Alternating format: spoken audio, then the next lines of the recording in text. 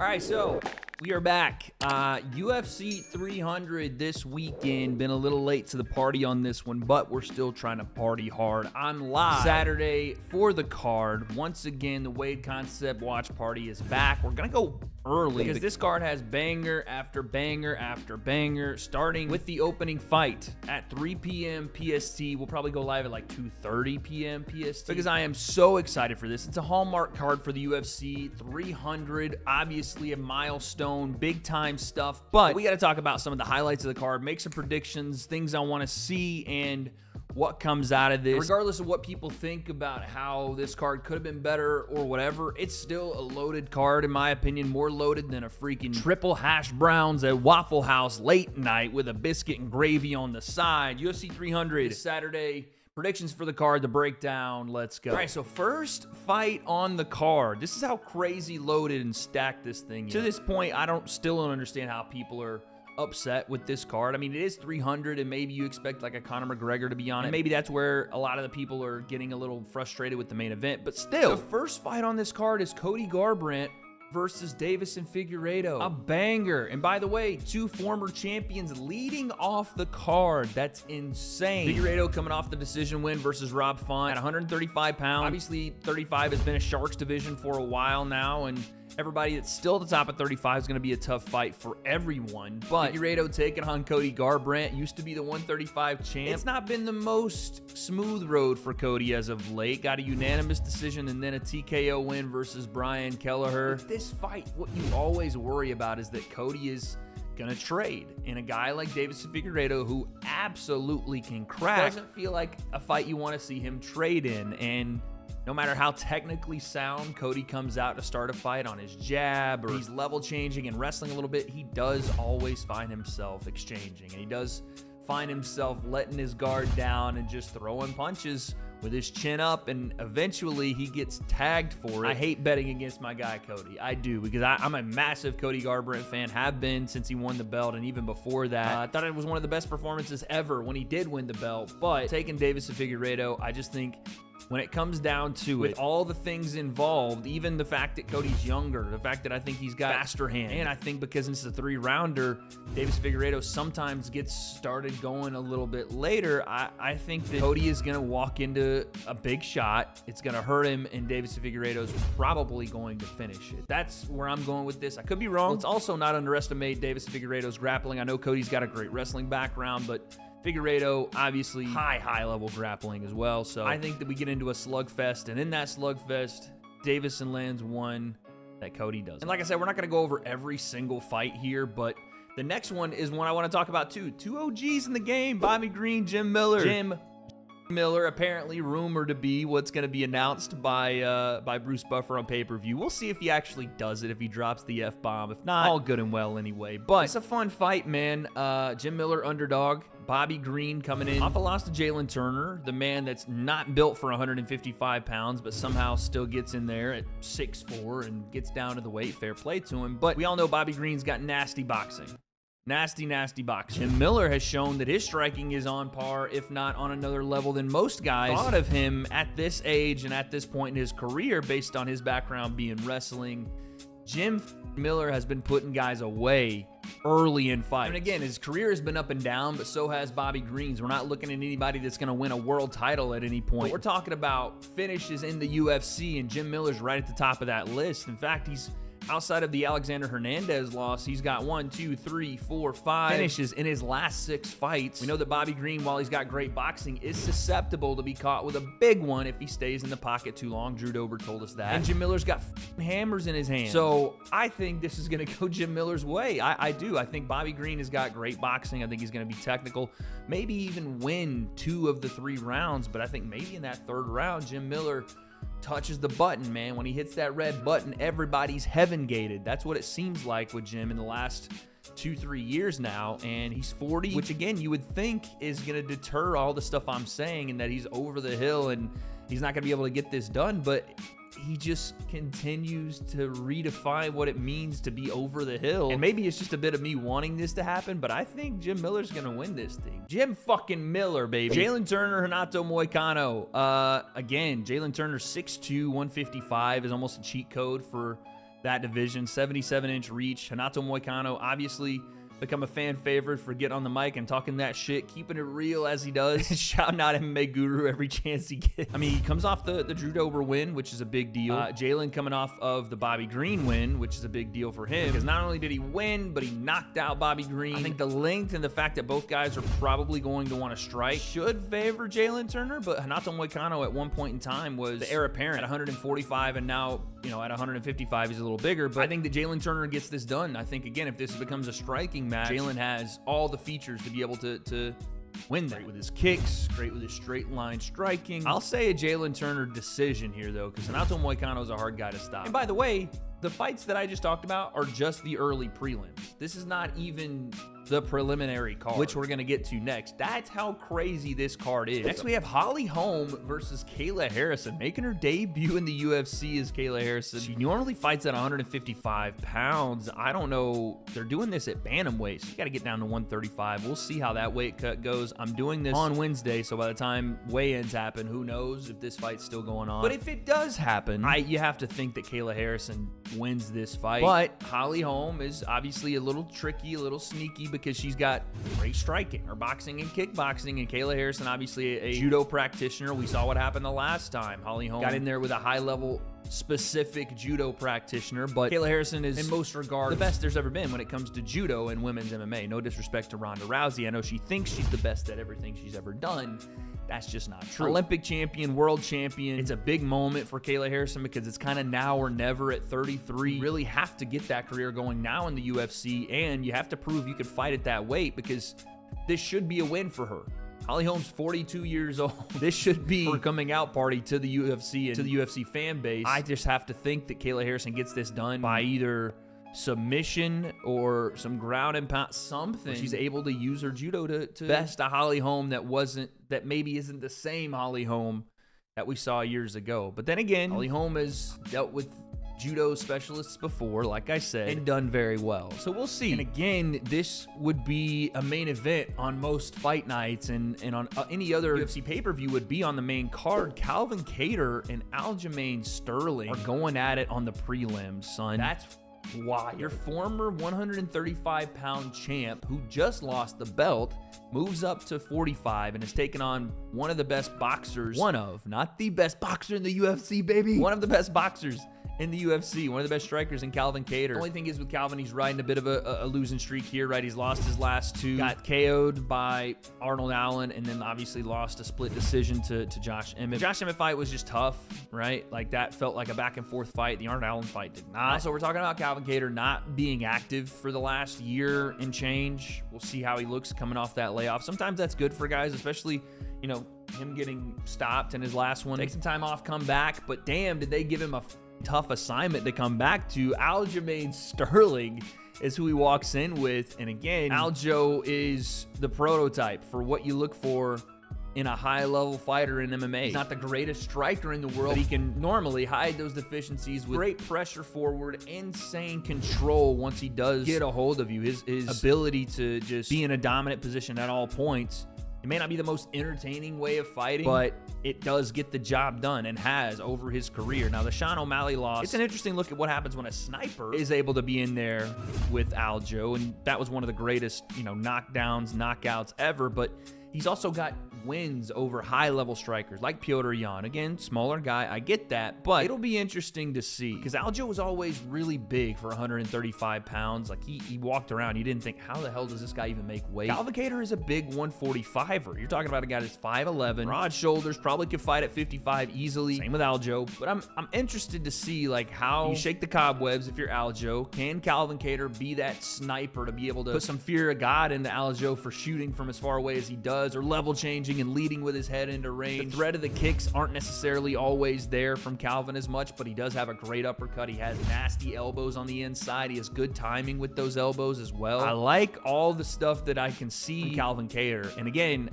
he could pull the upset here, but I'm going to go with Aljo. Again, coming up to 45, trying to reestablish himself, get back to what he does best, which is not exchanging and trying to, as he said, make things entertaining in a fight with a striker that's superior to him. It might be one of those fights where Aljo slowly, methodically takes over, and maybe that's not the most interesting to some people, but I think at some point Aljo does get the back and potentially even submits Calvin Kattar. I could see that happening, but I'm going to go with Aljo. Yeah, let's say by submission, late second round, maybe early third. Then we have Yuri Prohaska and Alexander Rakic. This one is, to me, it feels like a tipping point for both guys. Alexander Rakic been off for a while now. His last fight was in May of 2022. He got beat by Jan Blachowicz. But we have to talk about the fact that he shredded his knee into the earth. He essentially tore his ACL in the fight. It wasn't like he just got dominated or anything like that. The man fell over because he was walking on one leg. So Blachowicz gets the win. But that's not one that I like to blame a guy for or act like something crazy happened. No, he tore his shit apart in the octagon. They're supposed to do the rematch. They didn't, but Rakic, if he's healthy, is dangerous at 205. And I know that everybody is, and Yuri Prohaska we're going to get to, but you're talking about a technically skilled striker, a guy with fundamentals in his striking, a guy that has fundamental boxing, fundamental kickboxing, Muay Thai. And on the other side, you have Yuri, who is not those things. He does everything wrong. Everything when it comes to striking. It is all rhythm, all athleticism, all Wing Chun mixed with spiritual samurai sorcery. I don't really know how to describe it, but for him, it works. And it's worked a lot. But it's also gotten him into some trouble. And I think this is one of those fights where it's going to get him into big trouble. If I'm being honest, I know it's worked. He's held the belt before.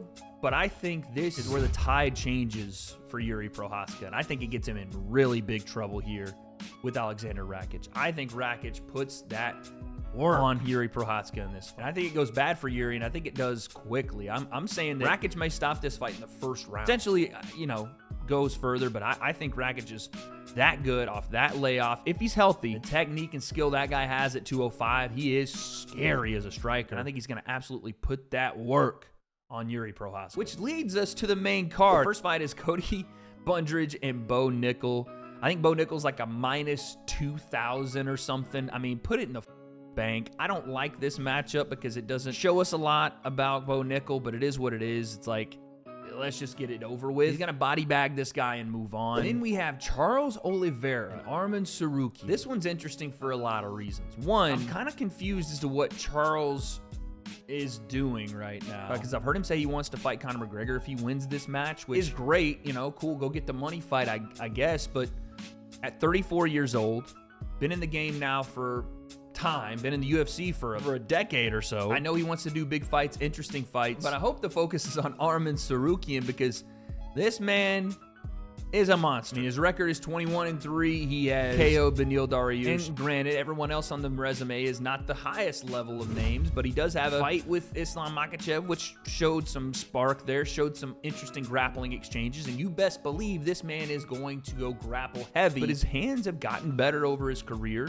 Like I said, obviously, Charles Oliveira has deadly striking, razor blades in his elbows, lightning in his hands. He also massively KO'd Beneil Dariush, and at one point was the top of the mountain at 55. This is why this fight makes so much sense and why it's so interesting is I don't know. On the ground, you want to think that Armen Tsarukyan's better, and on the feet, you want to say that Charles Oliveira's got an advantage there, but Charles Oliveira is a high-level black belt on the ground, and Armen Tsarukyan has gotten better with his striking to the point where he's knocking motherfuckers dead. Is it crazy? I want to think that Charles Oliveira gets this done and stops the quote-unquote hype train. It reminds me a lot of the Dustin Poirier and Benoit Saint Denis fight. Not necessarily in the same way, but in the fact that the young guy with a relatively unscathed record, even though he does have 3 losses, but still looks like he's on a warpath to the title. And for whatever reason, the top guys at lightweight feel like they're aging a little slower.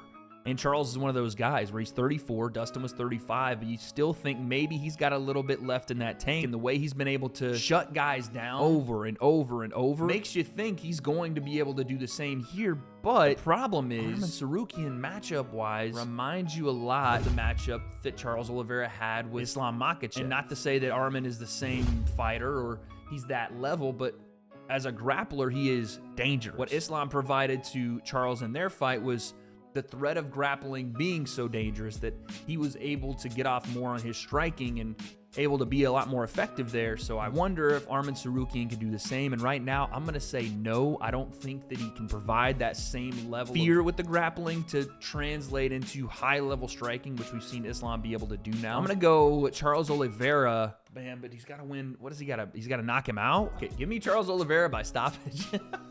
That sounds crazy, I know. I don't know, man. I just think that it may take that in a 3-round fight for him to win. So give me that. I don't know. Maybe it's crazy. Charles Oliveira by stop. Then we have Justin Gaethje and Max Holloway. The new BMF belt on the line. This is not even the co-main event, which again, crazy. I know I'm hyping the card up, but I'm just pumped for it. I'm interested to see what Justin Gaethje we get because it feels like the Dustin Poirier fight unlocked a brand new character in Justin Gaethje. Freaking head kick Gaethje, and I don't feel like it was lucky at all. He outstruck Dustin Poirier in that fight, and Dustin is considered one of the best strikers in that division. It wasn't like he just pulled the head kick out of nowhere. Now, granted, not a lot of us thought he was going to be able to do that, but there were setups there involved, and he was able to walk Dustin onto that. And then, obviously, the Fiziev fight was another one controversial. A lot of people thought maybe it went the other way, but I still thought that Justin Gaethje showed a high-level striker the ropes when it came to striking. Like, he outstruck another high-level guy, and that is what you worry about with Max Holloway, who, again, is coming up to 55. The last time he tried that, got battered around by Dustin Poirier. Even though Max had some moments in that fight, it felt like one-way traffic for Dustin, and he ended up obviously winning that fight. But that's what I'm saying is I know what I'm going to get out of Max Holloway. And to be fair, I think I know what I'm going to get out of Justin Gaethje too, but he's pulling some new things with his technique. I don't think we're going to get a lot of grappling here. And again, a 3-round fight. Max is going to be volume heavy, but does leave him in the pocket. Justin can crack, and Max doesn't have the advantage of being taller and lankier at this division than most other guys will be. So I just wonder, now that Max is coming up in weight, again, trying this at 55, how does the power he didn't necessarily have at 45 translate to 55? Because over 5 rounds, I know Max can put on a display. He can put on a technician, volume-heavy masterpiece, but over 3 rounds, and the leg kicks that Justin likes to throw, especially early in the fight to set up things later, I wonder how this is going to go. Something tells me that Max Holloway is going to win this. I'm telling you guys all the reasons Justin should win, but something just keeps telling me it's going to be Max. Maybe it's because I just want Max to win. I don't know, but I think that this should probably be Justin Gaethje winning this fight. But for some reason, I feel like Max is going to. So we have Weili Zhang and Yan Xiaoyan in the co-main event. 2 Chinese countrywomen. Obviously, Weili Zhang, the champ. Xiaoyan, 18-3, had a nasty KO in her last fight against Jessica Andrade. And again, Andrade is a Terminator, walking forward, and I think holds a knockout record in women's MMA, maybe not. So that was a massive win for Xiaoyan, but she only did what the champ did years ago and KO'd the same girl that Weili Zhang did. Now, both these women can strike. Both of them are high-level strikers. And truly, I don't know what the separator is outside of the fact that Weili Zhang is far more experienced, has been at the top of the mountain, defending her belt, fighting for her belt against the biggest names in the division. Joanna champion, Rose Namajunas, Carla Esparza, Amanda Lemos. Like, you've also seen a variety of ways that Weili Zhang can win fights. By submission, by TKO, by decision. She has all the tools that I feel like Xiaoyan doesn't as of right now. And again, they're both the same age, but the experience Weili has, and again, I think the fact that she is multi-versatile. Not to say that Xiaoyan isn't, but not on the same level to me as Weili Zhang. I think Weili gets this done here. I could see a decision win. I could also see a crazy knockout because both these girls have power in their hands. But I'm going to say Weili wins a decision here, and it'll be a fun fight for as long as Xiaoyan can keep up with the champ, and I don't think that's going to be very long. I see Weili putting together a masterful performance and winning a decision. And then we get to the actual main event, the main event of UFC 300. Alex Pereira and Jamal Hill. This one is so interesting to me. Jamal Hill, obviously after the freak accident playing basketball, tearing his shit apart, he's back after about a year and some change layoff.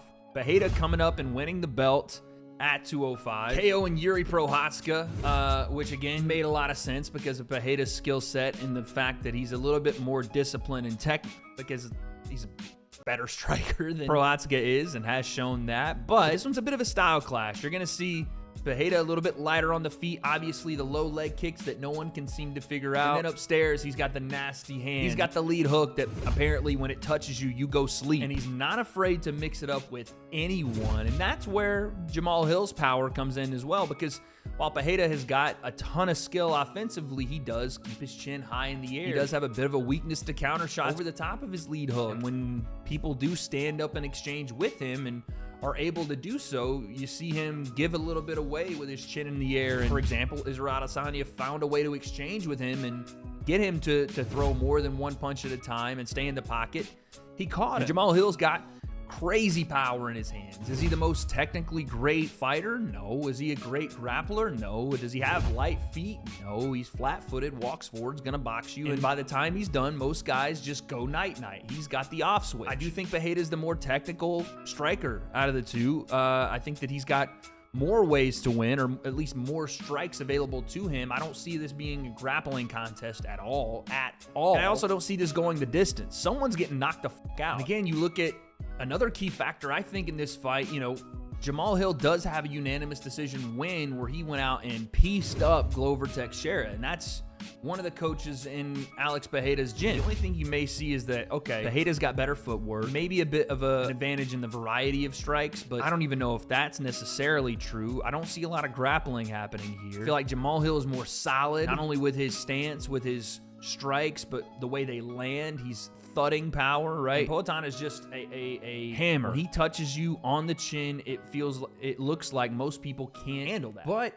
I'm leaning toward Jamal Hill here. I think he's got better boxing than Alex Pereira does. I would say that Pereira is probably a better kicker, especially the low leg kicks. They're wizardry. But I think also there's a bit of that, again, his size, while not being the tallest guy, he's big for 205 pounds. And while I don't know that he's taller than Pereira, I think they're both around 6'4", whatever, 6'3", but I think he's just solid mass-wise bigger. And sure, maybe that leaves him a little bit more flat-footed, and, you know, Pereira can bounce around and be light on his feet. But I think Jamal Hill has just thunder in his hands. He's sturdy, he's solid, and I think at 205 it's going to take a little more from Pereira than what he gave to Yuri Prohaska to win this. I'm going to say Jamal Hill beats him. I'm going to say he knocks him out sometime in the middle of the fight, after, again, they want to stand and exchange for a little bit, and in those exchanges, Pereira, with his chin high, gets touched on the chin, wobbled, and down goes Poatan. That's what I think. I think Jamal Hill is going to be your light heavyweight champion once again, and set up the Rakic fight at that point, because that is another